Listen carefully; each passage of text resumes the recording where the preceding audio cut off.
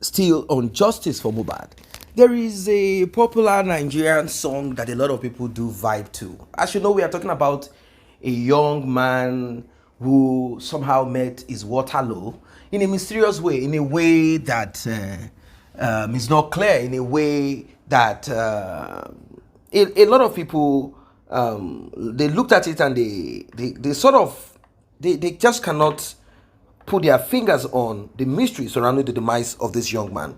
I'm talking about Promise Ilorulua Aloba, who lost his life in a mysterious way. So this song that I'm talking about says, Wahala no dey finish, trouble no dey finish. Yeah.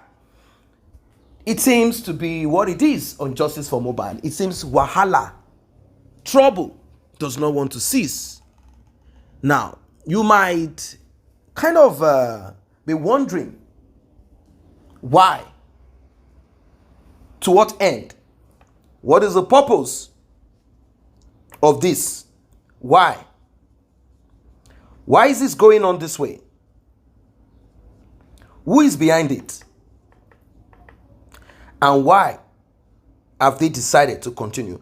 So Mohbad's father came out and he said some things that got some people infuriated. They got upset, they got angry, and they've been questioning him about his utterances. The man, well, the man does not want to quit. Mohbad's father does not want to quit. Some responses to certain people who have offered their time, their money, and all into making sure that Mohbad gets justice. Mohbad's father has been speaking in a certain way to them. He has been kind of bullying them. Let me put it that way. He has been kind of bullying them, even though a lot of people will say, but he's the one that lost his son. How can he be bullying them? Is he supposed to keep his mouth shut and say nothing whilst they are calling him out? Well, they are calling him out as a result of frustration.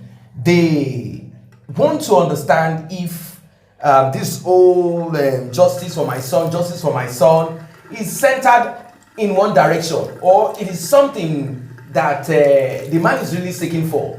How are you seeking for the justice? In what way are you seeking for this justice? Ladies and gentlemen, Mohbad's father said something and he has been captured. I mean, what he said got captured. And I want you to listen to it for yourself. And with this, you will be able to draw conclusion about certain things. A more secret audio recording has been released. Ladies and gentlemen, who is seeking for justice? That is the question. Who is seeking for justice? Is Mohbad's father truly seeking for justice? Or is it just a game? Is it a joke? I want you to pay attention to this, because you will be shocked beyond your imagination. Pay attention to it. A lot is being released, is being dropped like every minute, every second. And this is so important. So important. In fact, I don't think you can skip this video, because this is more or less a build-up to the next step that I believe you and I are going to take on Justice for Mohbad. This, I don't know if I'm going to call it confession, or what exactly are we going to call this. Please like and share, tap on the subscribe button, turn on the notification bell, returning subscribers and those that have been here. I say a very big thank you to you, and to those that have tapped on the thanks button, the one with the love icon, $sign in the middle of it. May God bless you. May God replenish your pockets. May that your pocket never run dry. Let's get right into it. 70 plus ni mo pe now 70 plus ni mo pe mo ro pe wa ti le di 70 ni bí ó ṣe gbà tí wọ́n gẹrù wèrè tó wà lórí ẹ ni mo ṣe tó mọ̀ pé ó ti ọjọ́ orí ẹ ò ti ẹ ti lọ ìgbà tó gẹrù wèrè orí ẹ ni mo tó mọ̀ pọ̀jọ́ orí ẹ ò ti lọ wọ́n wá gbé ẹ̀gún ẹṣin náà wọ́n wọṣọ sí ẹ lọ́rùn náà ó wá láwa yẹn ló fẹ́ kọjú sí àdàbí tó bá ti jẹ́ pé àwọn tó ń kọjú sí yẹn àdàbí tó bá ti jẹ́ pé kì í ṣe ìdájọ́ òdodo ni wọ́n béèrè fún Mohbad àdàbí tó bá ti jẹ́ pé kì í ṣe ìdájọ́ òdodo ní bọ̀dá Láti tàbí Mr. Yomi àdàbí tó bá ti jẹ́ pé kì í ṣe ikú tó pa Mohbad kò ṣó ni wọ́n wá ṣùgbọ́n tó bá ti jẹ́ pé ikú tó pa Mohbad ni wọ́n wá tó jẹ́ pé torí pé wọ́n wá ìdí ikú tó pa Mohbad táwọn sọ pé àwọn fẹ́ ìdájọ́ òdodo táwọn sọ pé àwọn ò fẹ́ selective judgement táwọn sọ pé justice tó jẹ́ pé tó máa mú onílé tó máa mú olóko tó máa mú ara ilé tó máa mú àlejò làwọn wá táwọn sọ pé kì í ṣe Wunmi nìkan ló máa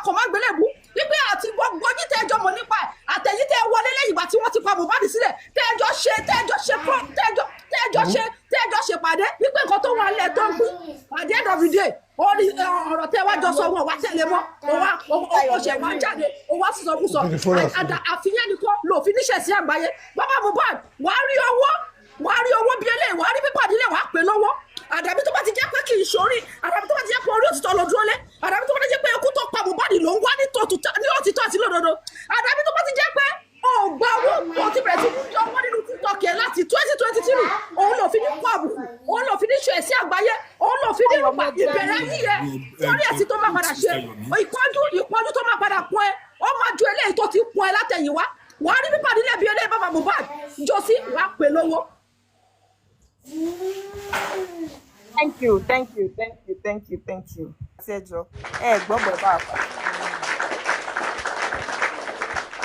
God bless you. Yes, Fajani. Ní ṣókí. Break the silence. Ẹ bá a sọ̀rọ̀ ní ṣókí. Ká tó máa lọ next topic wa. Ẹ káàsán gbogbo lé.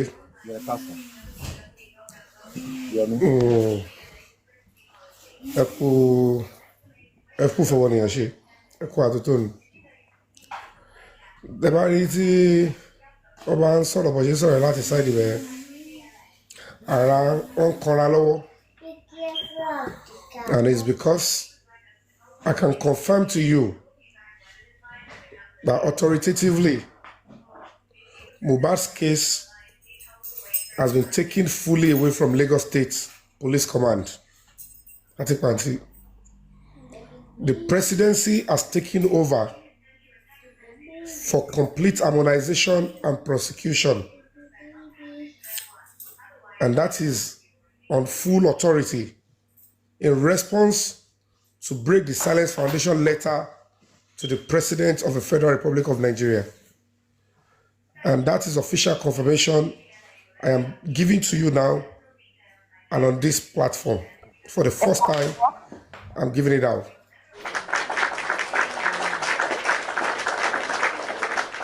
So the only thing we can just do is let's fasten our seatbelts, sit tight, and let's have a very beautiful ride.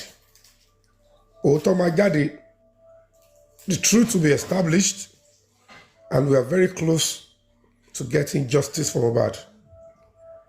So, role Tonika Lukuba play, Ashir will go Makwada too, and we will get the justice for Mohbad the right way. So, in advance, on behalf of the Nigerian public and the volunteers of Break the Silence Foundation and all the Justice for Mohbad fighters, we are saying thank you to the President of the Federal Republic of Nigeria and his cabinet for listening to the public and attending to the case. But of course, we have to allow them, because now it is harmonization and prosecution. They know where they are going now. So gbogbo pátápátá ti ṣe lẹ́sìn kò yẹn tó gbé nọ́ọ̀sì àti kíní lọ yẹn ẹgbàgbé ìyẹn ti lọ ẹgbẹ́ kan. The real people and the real truth will be established, and the presidency they will get to the root of it and give the public the right answer. Àbọ̀mí ojú yẹn lọ ọgbẹ́ni tó bá ń bu yín ẹ fi ṣoṣù kẹfí para ara màmá táwọn lásìkò yìí torí pé ibi tẹ push ẹ̀ dé òun ló ń jẹ́ òun wọ́n dẹ̀ rí pé òun lè ṣe ń gbọ́ tó sọ pé oṣù míì tó bá jẹ́ pé òótọ́ ní nǹkan tó ṣàjọ tó gbé lọ́bì kan àṣegbá kan àwọn ò parọ́ àwọn òmù kọmọ kan òótọ́ la ní kọ́ wádìí ẹ̀fọ́ ẹni ẹlẹ́ni kọ́ dẹ̀ má fi òótọ́ yẹn kọ́ má fi dàlúrú kọ́ má fi ṣèkà àwọn tó lọ́wọ́ ní kú Mohbad, they should punish them according to the law so that the Nigerian public can stand and believe in the government that they can deliver justice. And I've just, mo ti send the confirmation fún yín olórí ẹbí ó wà ní fóònù. That is the OC in charge of homicide in case of Mohbad's case ní pàǹtí gbogbo ẹ̀ ló ti gbé kúrò lọ́wọ́ táwọn wà wọn. And he confirmed that due to my letter to the presidency. So I just make sure I bring that evidence that they come to me see me but I want them to do the job and bring the truth out. I am after anybody. So that is that about that. ọ̀pọ̀ ọ̀rọ̀ Thank you, kábọ̀ thank you. afẹ́fẹ́ ló ń gbé lọ. So thank you so much. I appreciate your audience. And anytime tí wọ́n free, I'll come up here. But kírú kọfí yẹn lè mi fi olórí ẹbí lẹ̀. Nítorí pé ọpọlọ ẹ kó yẹ̀pẹ̀ ni. Ẹ má dàrú yọ̀bẹ̀ yẹn ló mọ̀ láyé. Bàbá ìjìnà sírò yọ̀bẹ̀ yẹn. Torí ẹ ti fún lọ́díẹ̀s. Ló ṣe rò pé ẹjọ́ wà same level. Ìyẹn ò ní kankan gidi tó wá ṣe ní justice of Mohbad. Pàǹtí ẹ̀wà ni. Mo wá bí gbogbo gbà. À ń sọ̀rọ̀ privately. Mama dá lóhùn, mama ẹni tó jọ dẹ̀ ni, ọ̀dẹ̀ ń dà láàmú. So ẹ̀ fúnra ẹ̀ lé sí yẹn. Ọ̀dẹ̀ ni. Mò ń jọlá tó ní mò ń jọlá gan wá bì tó wá bá yín ṣeré ń bí. And àwọn fẹ́ máa fẹ́ lọ káwa wà lójú kan wọ́n lè support reduce wa wọ́n mọ̀ káwa gbọ́njọ́ àwọn lọ. But at the end of the day we are good to go and very soon gbogbo ẹ̀ máa ṣe kí ni ó máa là fúlẹ̀. Just be ready Abuja ló máa padà eventually gbogbo wọn tó bá kó àtẹ̀yìn tó commit a crime àtẹ̀yìn tó pa Mohbad by the very special grace of God it's looking likely that Abuja ló máa ti prosecute gbogbo wọn wọ́n á dẹ̀ lọ ṣẹ̀wọ̀n bóyá látà Abuja ló máa ti lọ ṣẹ̀wọ̀n àmọ́ màá ní kó padà lọ ṣẹ̀wọ̀n ní Lagos State but we have lost confidence in the Lagos State Police Command and that is why wọ́n gbé kúrò ní zone 2 wọ́n dá padà sí pàǹtí yẹn wọ́n ṣe exercise tí wọ́n ní wọ́n ṣe tọ́lọ́run now God of Mohbad God of the true justice seekers is working and justice for Mohbad is on its way. Thank you and God bless you. Thank you. Coffee o. Mr. Yomi. Coffee hold on ẹjọ́. Coffee Tọ́lá ní ilé sanmi sórí jẹ́ ń sọ fún bí social network ṣe ń work. Ṣó tó bá rí tí wọ́n gan bá ṣe educative show 200 300 tó ń wò yẹn tó ń wò ẹ̀yẹn ò ní rí wò nítorí pé òun ṣe dragging every day ló ṣe ń ní 200 300 tó ń wò ẹ̀yẹn bẹ́ẹ̀ tó bá ṣe dragging ìwọ má ṣe dragging kó kàn sọ̀rọ̀ wàá rí pé ò ní rérò tó máa wò ẹ́ sórí lánàá nítorí pé a ṣe educative show kò séèyàn tó wò wá ló ṣe rò pé àwọn èèyàn ti lọ tí n bá tó bá pè mí náà láìkí dragging ni dragging làwọn èèyàn ń wò wọ́n máa wò wá gidi tí ó bá pè mo láìkí dragging wọ́n náà rí pé bá ṣe ń drag ara wa ń sìn sórí pé àwọn èèyàn mi padà ó ti yẹ but mi ò láìkí dragging nítorí ẹ̀ mo ṣe máa ń ṣe educative show mi ìfẹ́ kẹ́ borúkọ mi jẹ́ ó ti yẹ ṣó ti rí pé àwọn èèyàn lọ sí ṣó ti dá ẹ lójú wípé àwọn èèyàn lọ sí bẹ́ẹ̀ tí n bá ṣe dragging mo lè má ní viewer tí mo ní nítorí ẹ̀ níwọ náà ṣe ń ṣe dragging every day ló ṣe ní 200 ìwọ má ṣe dragging bóyá èèyàn 80 ló máa wù ẹ́ bẹ́ẹ̀ nítorí pé òun ṣe dragging lèèyàn 200 300 tó wù ẹ́ ṣe ń wù ẹ́. Yes, Uncle at ẹjọ́ going forward ẹni tó bá fẹ́ sọ̀rọ̀ ẹ jẹ́ ká wá mú dragging yẹn mọ́ topic alright ẹjọ́ ẹni tó bá fẹ́ sọ̀rọ̀ nsìn let's talk about Kid boss, sorry, before you go into another thing, Coffee, No, I dare you to do 2 weeks program. All right. Program ọ̀sẹ̀ méjì péré láì drag anybody, educative show ọ̀sẹ̀ méjì. Ìwọ ṣe kó jẹ́ káwa náà ṣe kó jẹ́ káwa ẹni tó bá ní view jù. Onílé. I dare you ọ̀sẹ̀ méjì kò fi wá program mi yàtọ̀ sí justice for Mohbad yàtọ̀ sí èbú. Ẹ má máa compare ara yín pẹ̀lẹ́ ní yìí onílé. Ẹ má gbéra yín lọ sí level. Ẹjọ́ ẹni tó bá ti fẹ́ sọ̀rọ̀ sí ẹ sọ̀rọ̀ nípa Democracy Day. Today is June 12. Ẹ sọ̀rọ̀ nípa àǹfààní ta ní 25 years of democracy. Kẹ wá fi dragging yín mọ́. I understand. Let's just make it one way thing so that we won't come back to any topic later. Please, King, let's have you. King.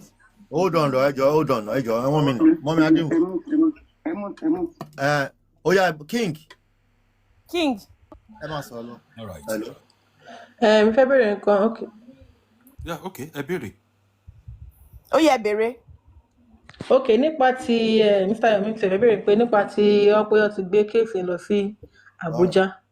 How sure and how true is it? Ṣé true yín ni àbí true àwọn wo ni You just gbé said kéèsì lọ it sí now. Abuja? You just confirm it. Àmì ò gbọ́ mi ò fi ìgbà We don't need the true. Need the true. Wọ́n ti gbé lọ nìyẹn. Anybody ló lè ṣe God bless you. Lagos State. Key boss. Yes, sir. Ọ̀rọ̀ democracy or no democracy. Ẹ já sí pé ọ̀rọ̀ democracy tá bá lè débẹ̀ àbọ̀ àbá. Sórí àwọn people yìí, a ní láti gbára mi sílẹ̀. Ó ti yẹ. Wọ́n lè continue máa fi mí sí bully all the time. Kéèyàn má sọ̀rọ̀ ńpa ẹ̀. Ẹ ti understand? so mo ní láti gbára mi sílẹ̀ a ní láti gbára wa sílẹ̀ lọ́wọ́ wọn. À ń sọ ní ẹjọ́ Mr. Olúkáyọ̀dé. Hold on màá mú ìtú wọn. À ń sọ mí ní kó má sọ pé so that ní kí ṣe pa fẹ́ ṣe tán bó ṣe bá ṣe ń sọ yìí ẹni tó bá fẹ́ sọ ẹ sọ̀rọ̀ dáadáa be free to talk then you can just say something about democracy that's all so that today is not just alone for them. That's it. Thank you. King. Ẹ wo mo kí gbogbo mo kí Bralati. Mo kí gbogbo àwọn panelists wa as well. Mo kí àwọn comment section. Mo kí gbogbo yín. Ẹ ṣé o. Ẹ kú àdúrótì Bralati. Ṣẹ́rí tá bá sọ̀rọ̀ nípa democracy. Nàìjíríà ò tí ì mọ̀ kankan tán pè ní democracy. Màá fọwọ́ ba oríṣiríṣi àwọn aspect oríṣiríṣi.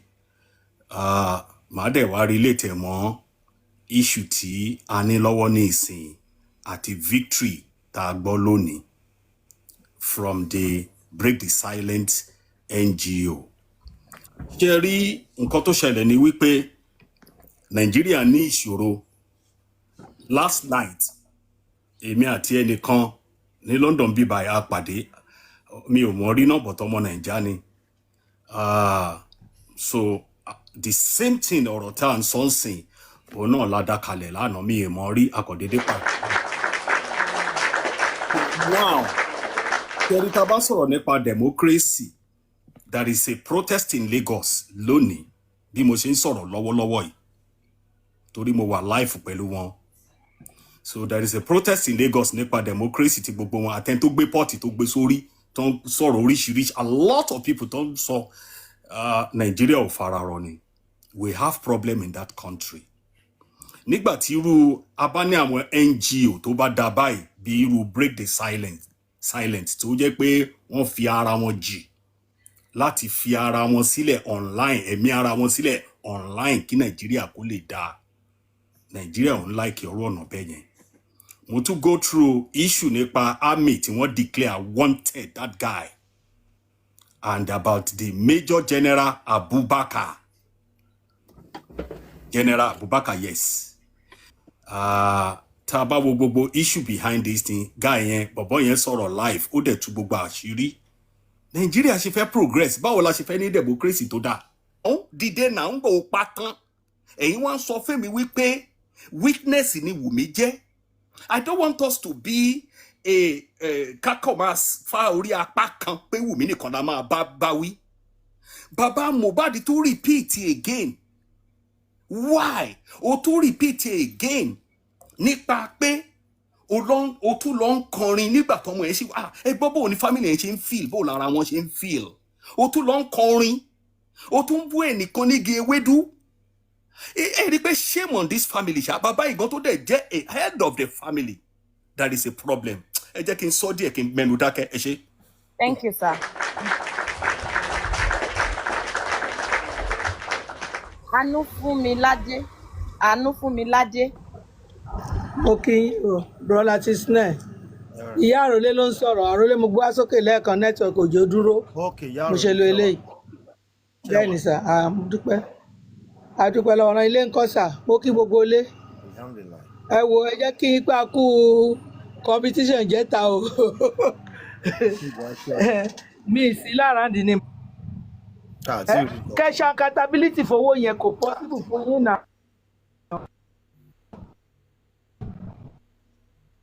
Ẹ wá fowó mi tí Làsí ò bá wá justice á ti kúrò níbi tó wà yìí tí Làsí ò bá wá justice àwọn èèyàn gidi ò ní wà láyìíká ẹ̀ irú èmi yìí gan mo mọ̀ pé lóòótọ́ òdodo ló gbé sọ́wọ́ that's why I came back to him. Ṣé rí ìyá ikùn lómi ẹ̀wà ń tiẹ̀ ṣé ẹ bá wò láti bẹ̀rẹ̀ kò ní nǹkan kan ṣé oníṣòwò ló máa ń court tí ó bá court ti tẹ́ni á court ti láti sinẹ́ kò ní nǹkan kan lọ́wọ́ kò sí nǹkan kan tó lè sọ pé òun lòun jàjà fún kinní tó wà lọ́wọ́ òun.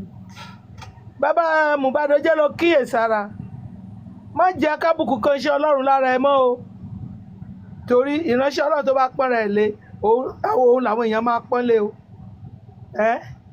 Brálàtí ẹ ṣáà máa ṣe tọ́lọ́run rán yín honestly nǹkan tọ́lọ́run rán yín ní kẹ́ máa ṣe don't just look at that man don't look at him torí oníkálukú ló máa gbèrè iṣẹ́ o ọlọ́run ní gbèrè tí yín kò gbé fún un ẹ filẹ̀ let him continue the way he knows mo mọ̀ pé ọlọ́run á dá gbogbo wa láre.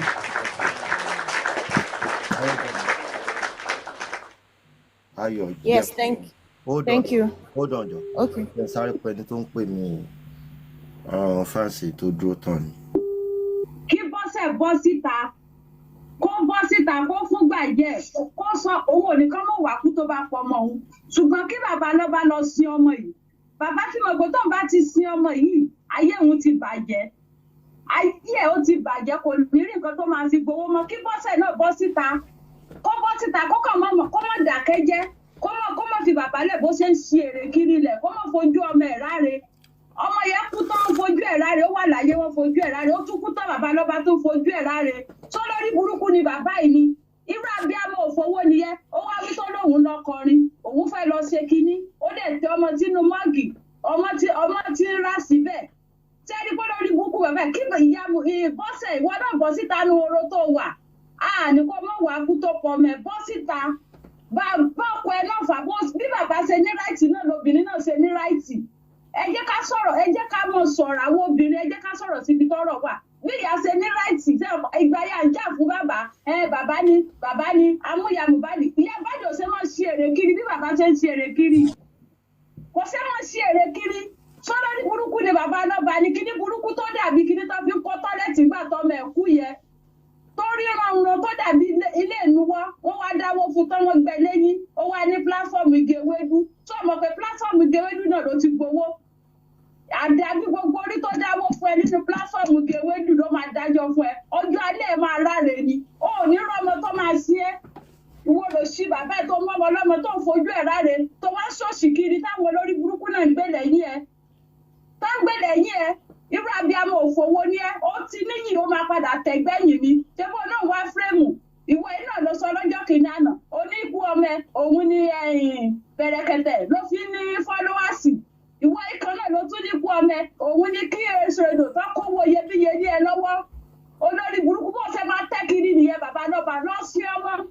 tó ò lè sí ọmọ yẹn torí tó bá ti ṣe ayé ẹ ti bàjẹ́ gbogbo tó ń ṣe nìyẹn ó lọ sí bàbá òfò ẹni pé àwọn ọ̀dà sígbà tí wọn kò sí ni bàbá àwọn ṣe kiri lẹ̀. Mr. Lati àwọn kan láwọn ṣe join ní comment section pé kẹ́ tú kíní yẹn play ẹ jọ ẹ tú play so that wọ́n mọ nǹkan tó máa dá sí tẹ́ bá ṣe ń bá wá sókè kẹ́ máa wá sọ̀rọ̀ nípa fídíò yẹn ọ́díò yẹn then democracy ṣé bó ṣe yẹ ká ṣe náà ṣe ń ṣe yìí ṣé ipa wo ló ń kó lórí ọ̀rọ̀ Mohbad gangan 26 years àbí 25 years ní Naija pé ṣé bó ṣe yẹ kí wọ́n ṣe democracy ni wọ́n ṣe ń ṣe yìí 1999 20 June democracy. Oh, okay, democracy. All right. Yes. Ó yá ẹ bá wa to play ẹ ṣe fún àwọn tó ẹ ṣe ń ṣe.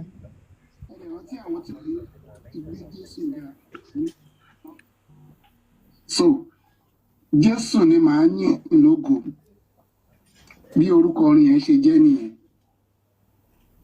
Ìkejì ó sọ ti Jesus court so yẹn ni ti kérúbù gangan tí mo ṣe ṣe ìsára kó jáde lọ́la àti post ẹ̀ sí gbogbo platform so mi tí mo dé tí wọ́n máa padà release ẹ̀ so ohun tí ẹ̀mí Ọlọ́run ní kí n máa ṣe láti relieve mi ni because gbogbo wàhálà wọn yẹn bó ṣe kó sí mi lẹ́mìí tí bá ti rí ibi tí mo ti ń kọrin tension yẹn á máa wálẹ̀ but àwọn tí ò mọ̀ wọ́n kàn interpret ẹ̀ into wrong way. Thank God by on the 15th sin àwọn kan pè mí láti gbé Jésù ga mo lọ sí Ìbàdàn láti lọ kọrin so mo kàn nígbàgbọ́ pé tí Olúwa ni yóò borí ẹ̀dẹ̀ rántí àwọn tí mo sọ pọ̀ nípa ẹ̀ wípé irọ́ tí wọ́n fi ń kó nǹkan jọ pé kílẹ̀ tó ṣú wọ́n máa padà tẹ́ ẹ̀dẹ̀ tí ń rí òye ẹ̀ náà because nínú oṣù karùn-ún yẹn àwọn ọ̀rọ̀ kan jáde tẹ́lẹ̀ mi ò kíyèsí ẹni tí àṣẹ bá mú ní oṣù karùn-ún yẹn àṣẹ yẹn ò lè ṣí kúrò lórí ẹ̀ o tó bá yẹ pé ó kò fi ikú Mohbad ó fẹ́ máa fi pa àwọn èèyàn lẹ́kún because àwọn kan rẹ́dí àti pa àwọn èèyàn lẹ́kún máa lọ ohun tí ò ṣẹlẹ̀ ohun tí ò rí tí wọ́n ń kó jọ tọ́lá sọ pé àwọn náà ń wá justice tó bá gbé lórí òótọ́ lọ́wà kó tó yẹ máa padà tọ́ wọn wọ́n tó bá pé irọ́ ni wọ́n ń kó jọ kílẹ̀ tó ṣú yẹ̀yẹ́ wọn máa yọ àṣẹ́dẹ̀ ẹ̀gún bẹ́ẹ̀ ẹ ti rí pé yẹ̀yẹ́ wọn ti ń yọ onípátákópa àti eléwédú náà sì ń sa Dádì ẹ sọ díẹ̀ kẹjá ó ti tó. Kó àwọn tiẹ̀ náà mọ́ra àdàbí tó bá jẹ́ pé òótọ́ ló wà ṣùgbọ́n tó bá yẹ pé lórí irọ́ kò sí bó ṣe kọjọ́ o ó máa padà túmọ̀ lọ́wọ́ ni. tó mi ò. ẹ sọ díẹ̀ kẹjá kẹ ìjẹ́ ẹ̀sọ́ yẹn ti tó àjẹkù. orí wo lẹ́fẹ̀ẹ́ kí n kọ báyìí. ẹjọ jẹ ìjẹ jíjọ yẹn náà ó ti jó àjẹkù. kò sẹ́ni tó kọ bó ṣe kọ́ bọ̀ ló ní ilé olú. òun lẹ ti gbọ́ yẹn o. ẹjọ ẹ má bínú ẹ jẹ́ kí sáré sọlẹ tó bá bí bàbá Mohbad dá on the 15 ó lọ Ìbàdàn. ẹ máa sọ̀rọ̀ ẹ ó dọ̀ ẹjọ. nǹkan lẹ̀ ló kó pa. hello. hello sir nǹkan tí mo fẹ́ sọ ni pé sẹ́yìn báìbù sọ pé ìgbéraga ló ń ṣáájú ìparun ìgbéraga ló fi wọnú bàbá yẹn òun ló ń pa lọ ń sìn tó bá wà tí mo máa sọ fún yín pé àwọn pípò yìí ẹ má wà láàrin kímọ̀ lórí wọn tó lè rí ẹ má fún ọ̀rọ̀ wọn ní relevant jù because tìbọn sọ pé ilẹ̀ gbowó studio tẹ́lẹ̀tẹ́lẹ̀ tìbọn ẹ gbọ́n tó sọ ń sìn ní ó ní tí bá ti ń kọrin tension máa ń wálẹ̀ lára mi abẹ́gbọ́n tó sọ ó yẹ kẹ́ gé bẹ̀ yẹ kẹ́ máa pè é fáwọn wèrè àwọn tó ń ṣàkékiri Germany tó ń sọ pé ẹ fi ń fi pa 70-30 fúnra rẹ̀ kọ́ ló sọ ń sìn nínú gbogbo ọ̀gá tẹ́sí ìgbà tó lòdì mú nìyẹn ó ní tí n bá ti ń kọ tension máa wálẹ̀ lára mi tọ́láwọn ò ti jà fún yín àwọn yẹn fún máa sọ̀rọ̀ àrìndò sẹ́yìn ìdí kan kí lè fẹ́ máa dá lóhùn lẹ́yìn ìdí kan kí lè fẹ́ máa dá lóhùn bọ̀dá láti tó ẹ jọ ń torí Ọlọ́run ẹ jẹ́ kó àwọn wèrè yìí ẹ kó wọn sẹ́gbẹ̀ẹ́ àwọn tó fẹ́rẹ̀ ló kìtì dá wa òun ló fẹ́ yọ lórí burúkú àti débìdẹ sọ pé ń pè Ọlọ́run máa fàṣẹ sí gbogbo ẹ̀ tó tó ṣe jẹ́ ní bọ̀dá láti. Bọ́dà láti ẹjọ́ ṣé mo lè sáré sọ̀rọ̀ ẹjọ́ bọ́dà láti. ẹjọ́ everybody ẹ bá wa power tap ẹ jẹ́ ká power tap. hold on easy. hold on. ó yẹ sọ̀rọ̀.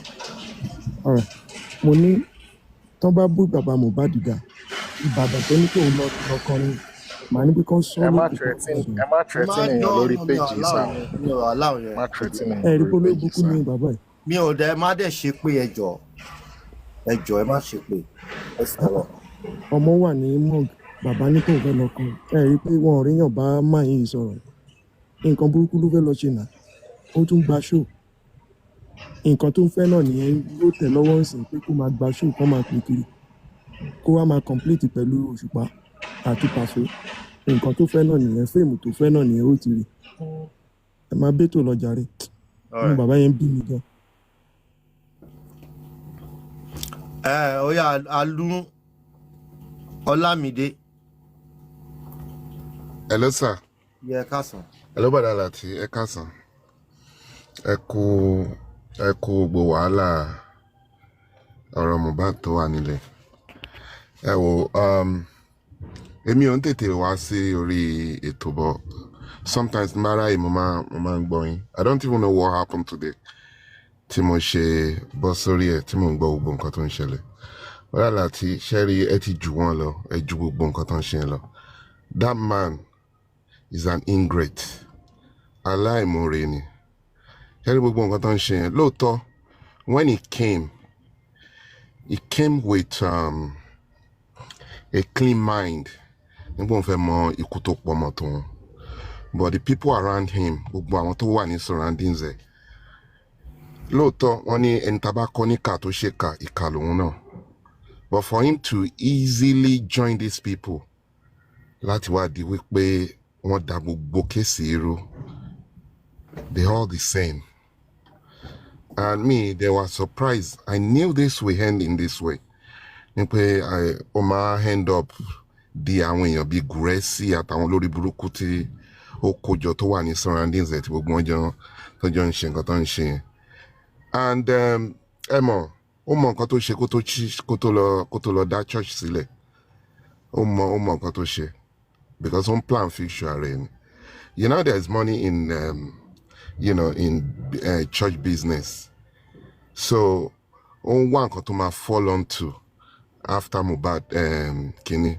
And the reason that why most people ti sọ̀rọ̀ lẹ́ẹ̀kan nípa reason tí ó fi fẹ́ kan sin ọmọ yẹn is because ìjọ tán bá sin ìjọ yẹn lówó yẹn tán. And it's the same to most of these people. You see, at the beginning, I was really upset with the way people were attacking him at the beginning of the case. In fact, Papariano, what type of person is this? To lose on me, to they know why justice from home. And now everything now clear to people. None of them, Sherry Bubo family and one deserved Mohbad. Ọlọ́run ló pe Mohbad, Ọlọ́run yọ Mohbad, Ọlọ́run tó fẹ́ fìyà fi jẹ wọ́n. Ọlọ́run mọ̀ pé Mohbad ò deserve láti wà nínú those family. Àti family ìyá ẹ̀ ni o, àti family bàbá ẹ̀ ni o, àti family ìyàwó ẹ̀ tó kó sí ni o. Ọlọ́run fẹ́ràn Mohbad ni ó fi pe Mohbad sọ́dọ̀. I believe in that because tí Mohbad bá wà ní life, ẹ kàn lè imagine àwọn nǹkan tó máa go through. Imagine nǹkan tó máa sọ lé ayé ẹ̀dá. Because all the people around him, they're evil people. Ìmọ̀tara ẹni nìkan. They're selfish. So, when you have these people around you, in fact, àti ṣoríire ẹ̀ gan-an máa le. Ọlọ́run àti ṣoríire á le. So Ọlọ́run mọ̀ kó tó pe Mohbad sọ́dọ̀. And I've never seen a father like, at the beginning when táwọn celebrate and play the best father of the year, the kìnìkan, I was among them. Everybody tó bá lọ against Baba Mohbad, I was against them. Even though I hardly come online because, mo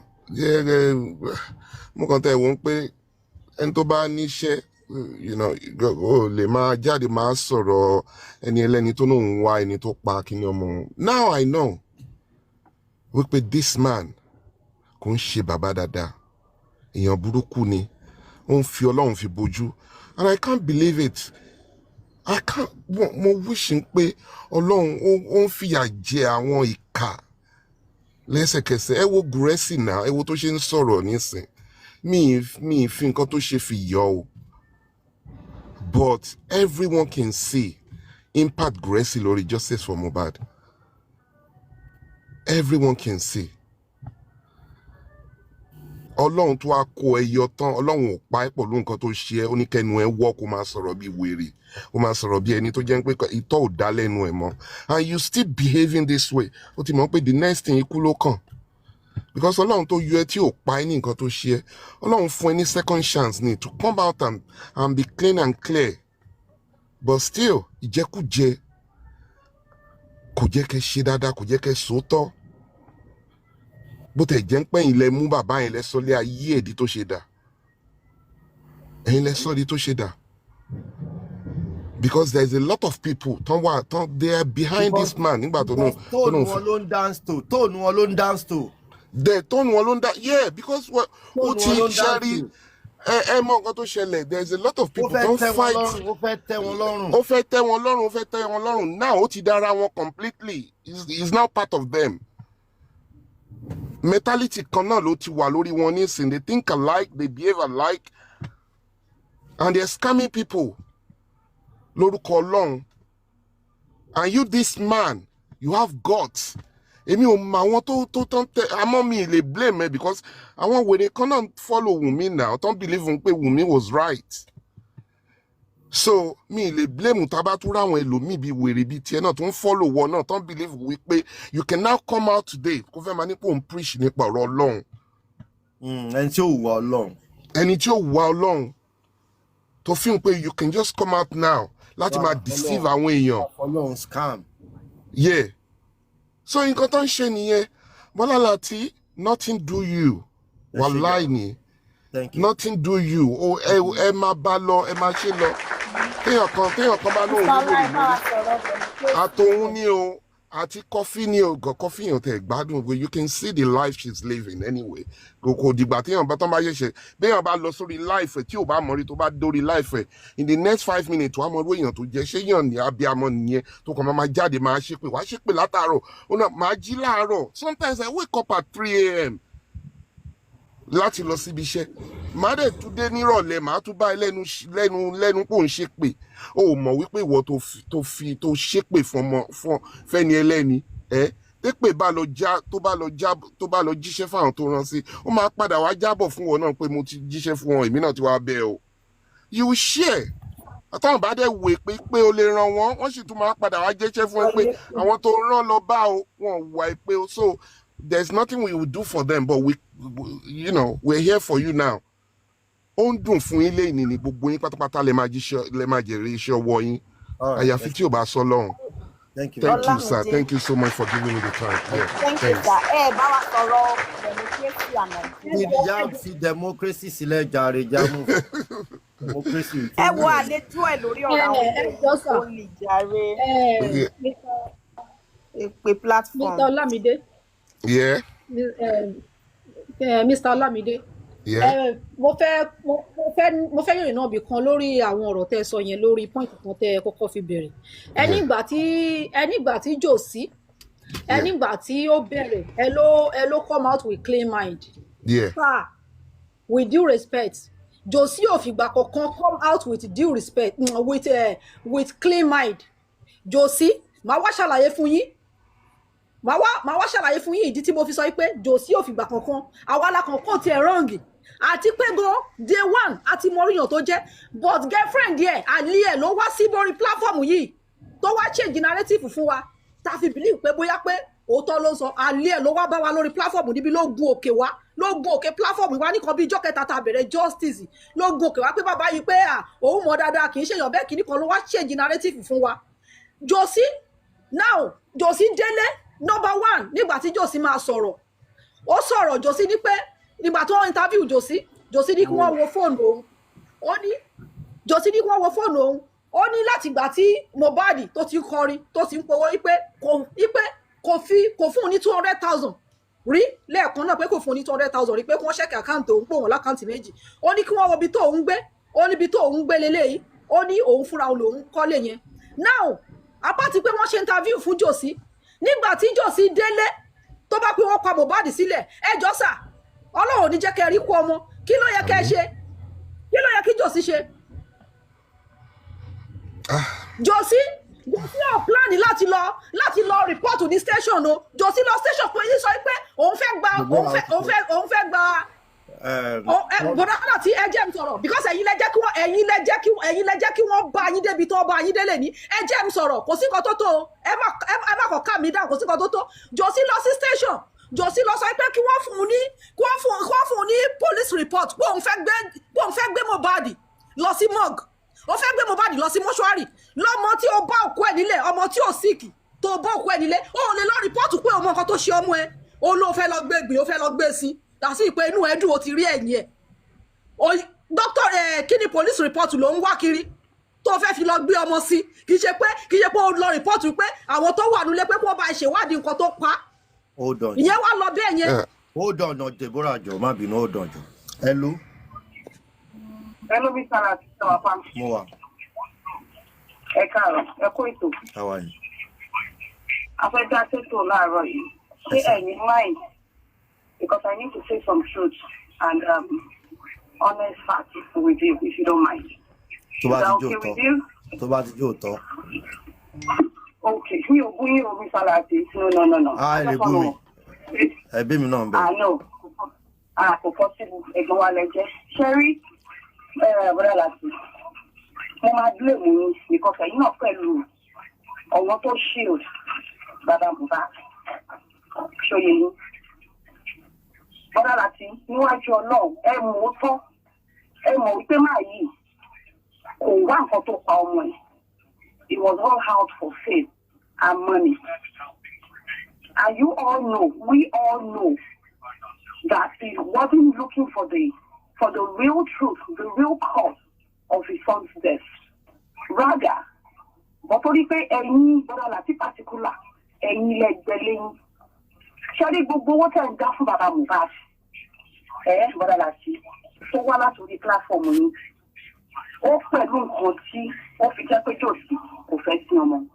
So why are we now crying? No,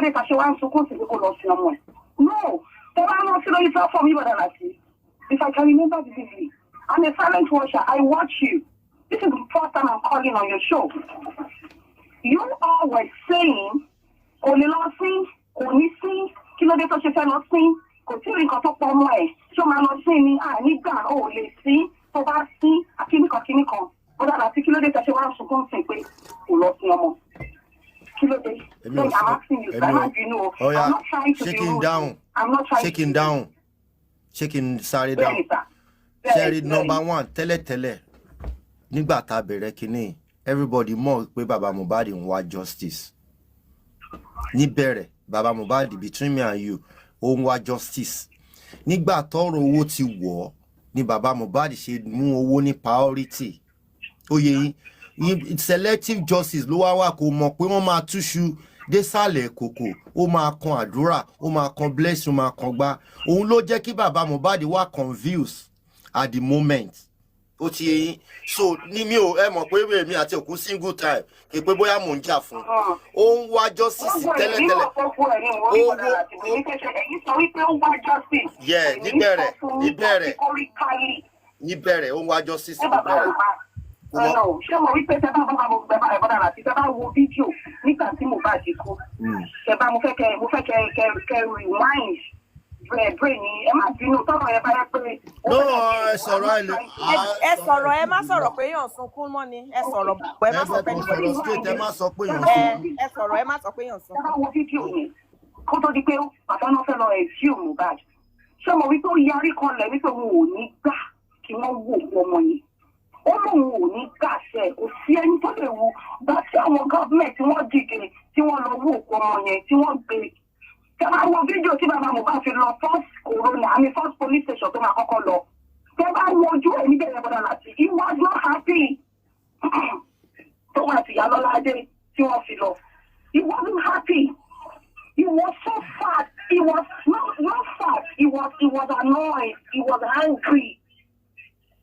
Baba Mohbad was angry pé right wo lẹ́ni láti wá wò òkú yìí. Ṣùkò yẹ yín. Ṣé ìgbà tó ti wá tí wọ́n ti wá rí ọmọ yẹn ti wá já sí wípé sẹ̀ máa ń ronú mọ́ òkú ọmọdé yìí o lè fi pawó o lè fi rélé yìí. Wọ́n bẹ̀rẹ̀ sí ń gbé lọ síbi tí ò yẹ kí wọ́n gbé lọ tí wọ́n ń gbé travayé tí wọ́n ti ń pe millions of naira fún ká tó ṣẹ́jú pẹ́rẹ́ ẹgbẹ́ra láti ẹ̀yìn náà ti ń dá owó fún kò yẹ kó rí bẹ́ẹ̀. Bàbá ní àwọn àjọ sí fún nǹkan báwo ni owó dídá ṣe papọ̀ mọ́. Ṣé owó ẹjọ́ kọ́ la dá ni? Ṣé mo ní owó tá a dá ṣé owó pé kí Baba Mohbad lọ náà la dá ni? Kì í ṣe pé owó tá a pa fẹ́ fi ṣẹjọ́ la dá ni. Táwọn ò dáwó fún Wunmi. Ṣé wàá mo gbowó fún pé kó lọ náà ni? Ọkùnrin àti ẹ drop ẹ ní ìjà. Bọ́dà láti ẹjọ́ ẹ jẹ́ kí n sáré sọ̀rọ̀ sí nǹkan tí lady yìí ń sọ. Ṣé rí ibi tí kéèsì dé nísìn yẹ. Gbogbo wọn kọ́ lẹ̀ ń dáwó fún lẹ̀ ní tìmù. Ẹjọ́ ṣé rí ibi tí kéèsì dé nísìn. Ẹ jẹ́ tètè round up ọ̀rọ̀ tí. Yẹ ṣé rí ibi tí kéèsì dé nísìn. Bàbá bá ẹlẹ́yọ̀rọ̀ wí, a máa bá onílé wí, èmi náà bá yín wí kódà láti káwé. You are part of the people. Ó dáa tí kì í. Can you drop this person, please? Láti kí ló dé ṣe kì í gbọ́rọ̀ lunatic náà tí Wunmi ní náà. Ó yẹ kẹ́ ẹ ti mọ̀ náà. Wunmi ló sọ̀rọ̀. Kò ń ṣe pọ́rọ̀ wà lẹ́nu wọn náà. Ó yá bàbá kílẹ̀ ń ṣe ó yá mò ń gbọ́ ẹ̀dẹ̀ bọ́ra. Mo máa rọrùn ẹ̀ kó olórí burúkú wèrè. Olórí burú. So gẹ́gẹ́ bí nǹkan tí mò ń sọ. Now Josie ò lọ sí station kó lọ sọ pé òun bòkú ọmọ òun nínú ilé pé kán bá òun ṣèwádìí o àwọn iye báyìí ló wà nílé o kán bá òun béèrè lọ́wọ́ àwọn tó wà nílé kí ló ṣe Mohbad ò ṣàìsàn òun sì lọ ọ̀dọ̀ ẹ̀ lọ́jọ́ Saturday wọ́n dédé pé òun báyìí pé ó kú òun dédé bòkú ẹ̀ nílẹ̀ òun wá fẹjọ́ sùn báyìí òun wá rìpọ́ọ̀tù yìí pé kí ló ṣe o kán bá òun ṣèwádìí o ó yà àwọn báyìí ló wà nílé kán lọ arrest wọn ṣùgbọ́n Josie ó gbé òkú Mohbad ó fẹ́ lọ gbé sí morgue Josie fẹ́ gbé Mohbad lọ sí mọ́ṣúárì kò ṣetán láti ṣèwádìí ikú tó pa Mohbad that means pé inú ẹ̀ dùn pé Mohbad kú inú ẹ̀ dùn pé ó ti rẹ́yìn Mohbad torí ó dàbí pé Mohbad ní lára torí ó dàbí Mohbad ń pọ̀ Mohbad ò fún if not first statement tó jáde lẹ́nu ẹ̀ nígbà tí wọ́n ṣe interview ẹ̀ tó bá jẹ́ pé kì í ṣe ẹ̀jẹ̀ Fúlàní ló ràn lẹ́jẹ̀ ni kò ní lo language yẹn tó bá jẹ́ pé abiyamọ tòótọ́ gidi ni kò ní lo language yẹn tó bá dẹ̀ jẹ́ pé bóyá kì í ṣe òun ló bí Mohbad tó jẹ́ pé bóyá kò fi Mohbad bo àṣírí fún ìyá Mohbad ni kó jáde kó sọ kó jẹ́ ká mọ̀ torí gbogbo ipa tó ń kó yìí gbogbo ipa tó ń kó lórí ikú Mohbad yìí kò fi hàn pé òun ni biological father Mohbad kò fi hàn pé òun gangan ni bàbá tó bí Mohbad because kò lè jẹ́ bàbá tó bí Mohbad kó jẹ́ pé gbogbo nǹkan tó ṣe yẹn sà kó máa ṣe then ìyẹn wá lọ bẹ́ẹ̀ ọgbọ́n yìí tẹ́ wá sọ pé ṣé tún ti gbọ́rọ́ tó pa tó ní ẹ̀mí Ọlọ́run ó lẹ́mí Ọlọ́run sọ fún un pé kó máa kọrin òun lòún fi ń relief ṣé ẹ má gbàgbé pé bó ṣe parọ́ láti ilẹ̀ náà nìyẹn ó ní ẹ̀mí Ọlọ́run ló sọ fún un pé Mohbad ti kú at the end of the day blessing ló sọ fún un pé Mohbad ti kú pé kó kà sára. A lot of people have been querying. It's not as if they don't know. You know, at the onset, people felt pity for Mohbad's father, empathy for the demise of Mohbad. This sort of like didn't make them really question some. They were giving excuses. It's the same way you feel when you're in love. When you're in love, it's not as if you cannot see. There are certain things that you are seeing. But because you're in love, you tend not to want to look at those things that are glaring. That is the love. That is the affection that people showed to Mohbad's father. They didn't really want to query. They didn't really want to say certain things. They were hoping and they were giving excuses, thinking and wishing that things would get better. They were hoping that things would take form and shape. Yeah, they were hoping that things would take form and shape. Things will kind of like, okay, this man will behave differently. Okay, this man will behave in a more mature way. This man will act better. This man will do this. This man will do that. That's just what it is. They were hoping. They were hoping. They were wishing that Mohbad's father will act appropriately. They were thinking that by showing him love, some even felt by donating money, Mohbad's father will come through. He will be like really, really sincere. But in between, people started seeing some moves. They started seeing this concentration, focus on donation. Money. Then people said, okay, of course, money is needed. We need to donate. It's important. Let's give money. Let's do this. Let's do that. And all of that. People were like, okay, it's fine. Then it got to a point. It became glaring. It became clearer that it seems this is more about what can be gotten rather than what it should be. Like people were like, no. This is more like, what can we get? How much can I make? That's it. How much can I make? How much? That's it. How much can I make? That is what it became. Well, I, for one, I am not the kind and type of person who will want to judge people without giving them an opportunity. At least you want to give them an opportunity to look into their spirit, to look into that inner man, to see if circumstances is the reason why they are acting the way they are acting. You want to find out if this is the real person that they are. You want to find out if there is something that they are covering. This is basically what started happening. People had given Mohbad's father what I call long rope.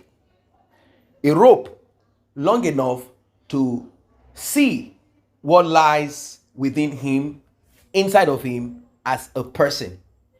So Mohbad's mother on one side, she's not even, I mean, nobody wants to even deal with Mohbad's mother. Mohbad's mother is out of the equation. I mean, she's just like laying down there. People are like, no, this woman, no, that one, our own part is nothing. Like, let's just leave our own side. Like, our own part is not even relevant. She's something else. In fact, but Mohbad's father, someone that people had shown empathy to, someone that people have shown pity, they've shown a lot to this man. How then is he acting the way he is acting? To what end? Why? A lot of big whys. No answers. People started questioning. People started trying to find out. And this is where we are today. On the same journey of justice for Mohbad, with so much intrigues. It's quite unfortunate. Welcome back. It is what it is. Life is life. You heard the audio recording of Mohbad's father and all that they said he said and all that you heard him say. There's a difference between they said he said and also a difference in you actually listening to all that the person has to say. Mohbad's father is hell-bent, like really hell-bent on canceling whoever, and is doing it with so much glee. The kind of response, the way and manner at which Mohbad's father speaks now, it is what it is. People are saying, wow, so this man can talk this way. Oh, so this is the real Baba Mohbad. Oh, really? We thought Baba Mohbad was this timid man. But then people started asking questions. They started going back to some of the things that they left in time past. Like, there are certain, let us be sincere. Mohbad's father said, I met my son's body. What did he do next? Question, what did he do next? Did Mohbad's father kind of like worry so much to a point where he said, look, I'm going to call the police. I'm going to go to the police and this has to be addressed. Is that what he did? No, he didn't do that. Mohbad's father didn't do that. Rather, Mohbad's father said, let me go and get this. He said when he got there, was expecting them to arrest. Now, could it be lack of education? No, we don't want to use lack of education as a kind of escape route for Mohbad's father. Like, oh, it's lack of education that made him not really kind of reason it properly. Oh, if he was educated, he would have acted differently. If he was educated, he would have thought about it differently. If he was educated, he would have, even someone who is not educated knows fully, and it has nothing to do with education. You've been existing in even someone who is not, you just want whoever it is that is responsible to be held accountable. You just want whoever. Is it the nurse that injected him? Who fought him? Maybe the reason why he didn't act at that time is because they said it is prime boy, and it is prime boy, and it is prime boy, and it is the nurse that injected him. There was a fight, so it is prime boy. Maybe that's why he felt, oh, how can I get prime boy arrested? I don't know. I'm still trying to figure it out. Could it be? And I don't care if Mohbad and prime boy have been childhood friend and all of that. Automatically, we all know it automatically. The next thing that will pop up in the mind of whoever at that point, at that time, is I want justice. How did it happen? Who hit who? Who punched who? Who did what to who? This would have been the next on the mind of Mohbad's father. Like, I'm not going to agree to this. Never. No. I will not accept. How did it happen? How was he punched? Who took him out? Did someone, this would have been normally, that would have been it. But his action or reaction it's kind of like a little bit troubling to a lot of people. Like, why? How come this man just like took it in? So people started giving excuses like, people do not always react to things the same way. There are times that people react to things in a way that, people just do things differently. Maybe the man, he was just in a state of shock. He didn't even know what he didn't know what to do. So he simply just he moved in like a zombie. He could not. It's like, oh my God, all the prayers that I've prayed all these years, all of the spiritual work that we've done to make sure that everything is fine, and then maybe his mind will go to the clothes that Mohbad's mother was asked to present, like, bring in these clothes, let prayers be made on this clothes so that Mohbad's life will be preserved. Maybe the man will kind of think about it then and like, oh my God.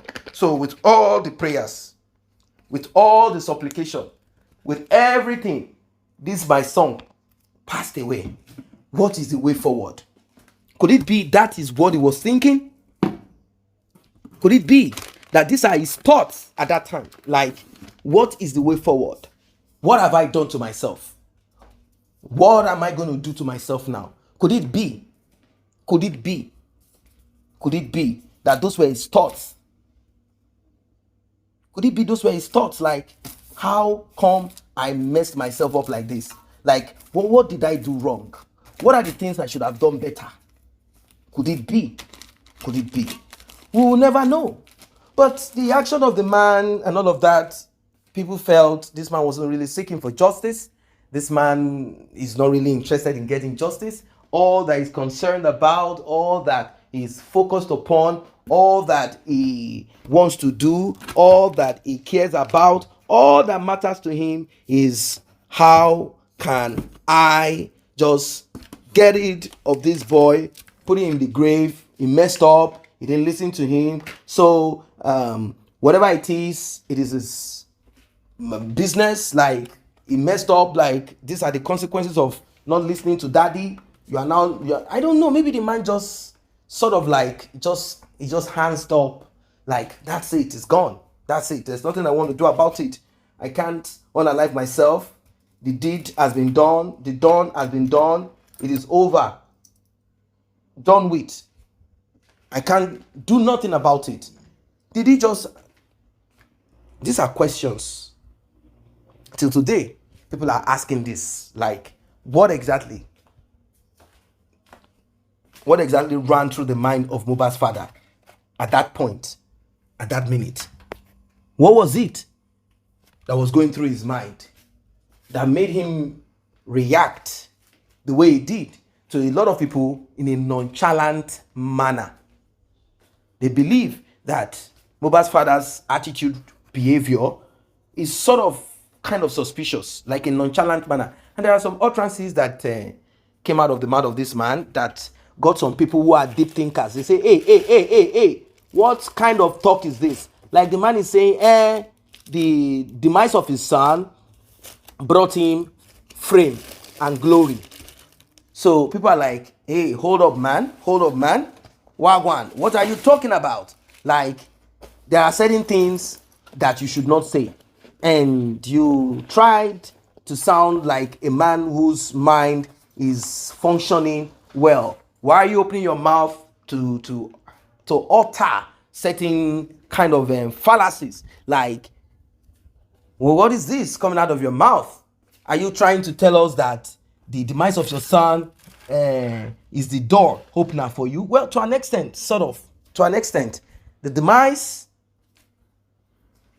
of Mohbad gave him luminosity. We cannot lie about that. It gave him luminosity. It made people kind of reason him a little bit. It made people kind of look towards his direction, like, oh, Mohbad's father, after all, he got SUV, he got this, he got that. Was he ever thinking in his life that a gift such as that will come to him? No. He never thought of it. It never occurred to him. Where was that going to come from? But he got a gift. He got a gift. He got SUV. He got a gift. Something he never thought about. Something he never thought of. something that he wasn't expecting. It came to him. Voila, people just looked at him. Due to the work of you and I, putting it out there. Now, the thing is this, those that helped him to get there, to attain all of this, Mohbad's father is against them. He said that they should talk less. He said, talk less. How is it your business? Is it your son that passed away? Why are you drinking Panadol, painkiller, pain reliever for someone else's headache? Is Mohbad your son? After all, the last time I checked, the name on his birth certificate is Aloba. His name is Aloba. Who are you? How dare you? These are the words of Mohbad's father. And some people looked at it and they're like, no. Like, this is not acceptable. They became upset and they said, you know what, Mr. Aloba, we will treat your effort. We will deal with you. We will make sure that you put yourself in order and realize that we are not on justice for Mohbad because of you. We are on justice for Mohbad because of Mohbad. And the thing is that majority of these folks have been, sacrificing time, money, and a lot of things. They've been putting so much into getting justice for Mohbad. So the little that they deserve, at least, they deserve that respect or honor from Mohbad's father. If they criticize some of the action of Mohbad's father or Mohbad's father's team, Mohbad's father will get upset and be like, in fact, he went to release a song. Mohbad's father went to release song about, he released song saying anybody that is against him, let them do this, let them fall, let the breeze, let the wind blow on them, let their days be this and that, let that and that. He laid curses. And they also returned back to him like, if he has not made money, if he has not gotten anything. So I'm kind of thinking, I know Mohbad is your son, but if Mohbad is your son, how come you didn't bring money to sort out Mohbad's issue? People donated money to this, and then you now think you can tell them, it's their hard-earned money. Oh, we heard, did I force them? Did I ask them to come? Did I tell them that they have to? I never asked them. I never told them to bring themselves on. I never told them that they need to do anything. I never told them to come and do whatever. So how dare anybody look at me and then say I did wrong? Like I've not done wrong. Let everybody mind his or her business. These are the words of Mr. Aloba. And it is what it is. It's getting a lot of people upset. It's getting a lot of people infuriated. And they cannot just understand why Mr. Aloba became this in a twinkling of an eye. Well, it is what it is, ladies and gentlemen. I don't know what your thoughts are. I don't know what you think. Life is life, and the world is the world as we see it. It's serious. Yeah, it's quite serious. Please do drop your comments. What do you think? See you guys in the next update.